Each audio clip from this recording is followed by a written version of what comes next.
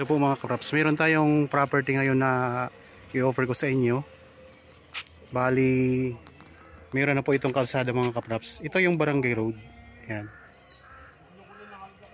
So meron na dito ang source ng kuryente at saka mga source ng tubig. Itong way na ito ay papunta po sa town proper ng Pagsanhan. So nasa mga 8 minutes travel time lang nasa town proper na tayo ng Pagsanhan. Bali ang property po ay mayroon ng sariling kalsada papasok at saka napakalapit lang po dito sa Barangay Road. So magsisimula tayo dito. Ito po yung dadaanan natin.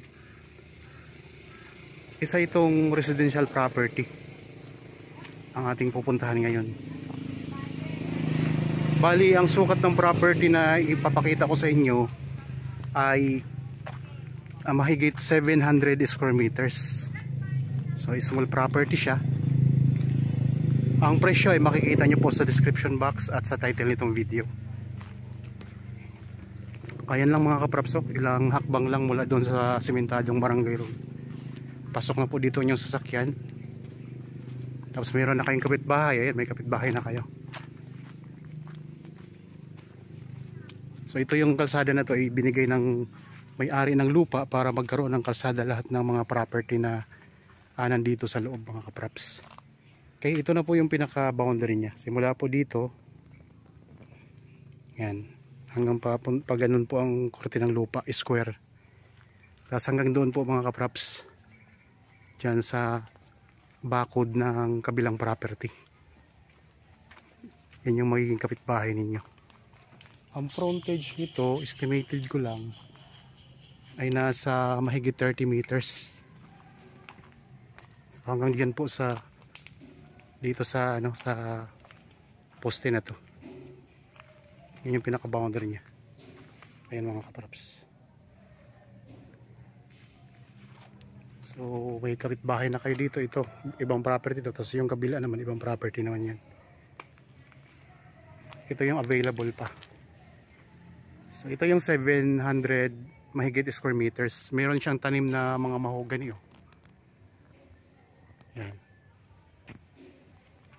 Tapos may mga saging din. Ang kagandahan, meron na kayong bakod dito sa part na ito. Hanggang doon po, pahaba po yan mga kapraps. May bakod na kayo. Yan sa ngayon, hindi pa siya nalilinis. May mga tanim siya na mga puno ng saging. Sa mga nagbabalak pong tumira dito sa Pagsanhan, ito ay magandang property mga kapraps. Residential property pero murang-mura lang po ang benta. Yan, ito yung right of way papasok doon pa sa loob. Tapos ito yung property mga kapraps sa simula dito. So hanggang doon po sa poste na yun. So mga estimated ko lang nasa 30 meters ang frontage nito. Ang lapit lang po sa Barangay Road, ilang hakbang lang. At ang distansya nito sa town proper ng Pagsanhan, nasa 8 minutes travel time lang. Malawak pati ang kalsada papunta dito.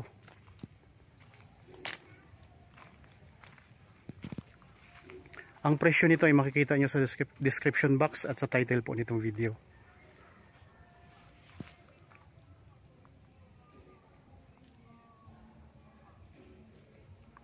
Ito mga kapraps ang pinaka boundary niya papunta doon sa loob.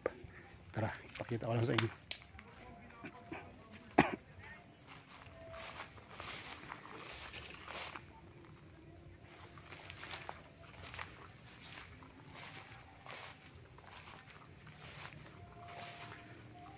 Tapos meron ditong maliit na creek sa bandang likuran.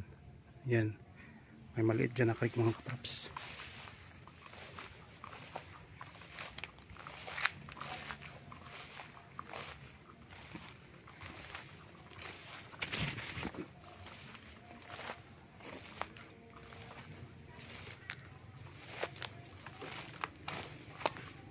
Yan, ito po ang maliit na creek. Pag ganun siya, diretso siya pa ganun mga kapraps. Yan sa likuran to ng property. So kung sakaling magtatayo ka ng bahay dito, so pwede po na na Dito lang ang kusina ninyo, tapos meron na kayong creek dito sa bandang likuran. Okay.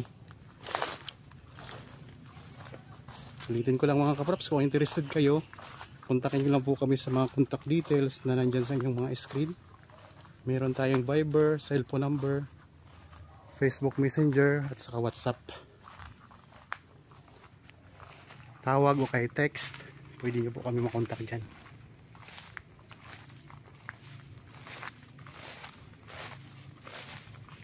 Yan. So pasok na pasok yung sasakyan dito.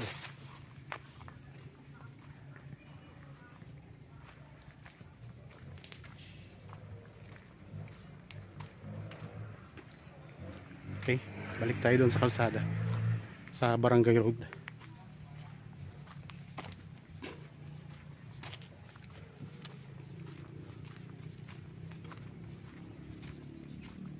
Ito yung katabi ng yung property. Ito yung karugtong ng maliit na creek.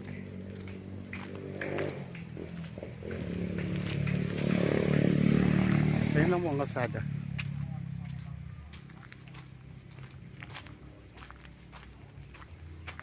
So ito yung matatagpuan natin sa bayan ng Pagsanhan, Laguna. Anong barangay nga po ito? Barangay, sa Barangay Dingin, Pagsanhan, Laguna. Ito yung way papunta sa town proper mga kaprops. Yan. Dito pwede tayong dumaan pa Magdalena? Saan ngayon pa daan? Pagsanhan mismo? Dito town proper din ng Pagsanhan. Tapos dito meron ding daan papuntang town proper. Ito na mga kaprops. Okay, sana nagustuhan nyo po ang property na in-offer ko sa inyo ngayon. Para po sa bago pa lang sa aking channel at napadaan lang sa aking channel, huwag nyo pong kalimutang mag-subscribe at pindutin na rin po ang notification bell para maging updated kayo sa mga bagong property na i-offer namin. Maraming salamat po. Lagi tayong mag-iingat at God bless po sa ating lahat mga kaprops.